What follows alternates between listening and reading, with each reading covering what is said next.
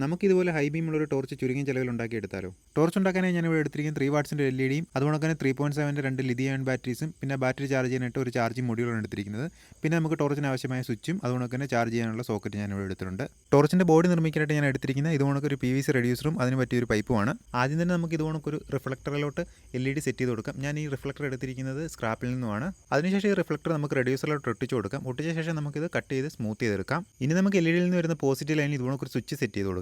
കൊടുത്ത ശേഷം നമുക്ക് LED-യിൽ നിന്ന് വരുന്ന 2 വയറുകൾ നമുക്ക് ഇതുകൊണ്ട് റീചാർജ് മൊഡ്യൂളോട്ട് സോൾഡ് ചെയ്ത് കൊടുക്കാം. ഇനി നമുക്ക് ഈ ബാറ്ററിയും ഇതുകൊണ്ട് സീരീസ് കണക്ഷനാക്കി എടുത്ത ശേഷം ആ ബാറ്ററിയിൽ നിന്നുള്ള 2 വയർ നമുക്ക് ചാർജിങ് മൊഡ്യൂളോട്ട് സോൾഡ് ചെയ്ത് കൊടുക്കാം. അതുപോലെ തന്നെ ചാർജ് ചെയ്യാൻ ആവശ്യമായ പിന്നും നമുക്ക് ഇതുകൊണ്ട് സോൾഡ് ചെയ്ത് കൊടുക്കാം. ഇനി ഇതുപോലെ ബാറ്ററിയും റീചാർജിങ് മൊഡ്യൂളും നമുക്ക് ഇതുകൊണ്ട് പൈപ്പിനകത്ത് ഇറക്കി കൊടുക്കാം. കൊടുത്ത ശേഷം അതിന് അനക്കം തട്ടായിരിക്കാൻ വേണ്ടി നമുക്ക് തെർമോക്കോളിൻ്റെ പീസ് ഉപയോഗിച്ച് ടൈറ്റ് ചെയ്തെടുക്കാം. അവസരം നമുക്ക് ഇതുകൊണ്ട് എൻഡ് ക്യാപ്പ് ഇട്ട് ക്ലോസ് ചെയ്യാം. എന്നിട്ട് അത് സ്മൂത്ത് ചെയ്തെടുക്കാം.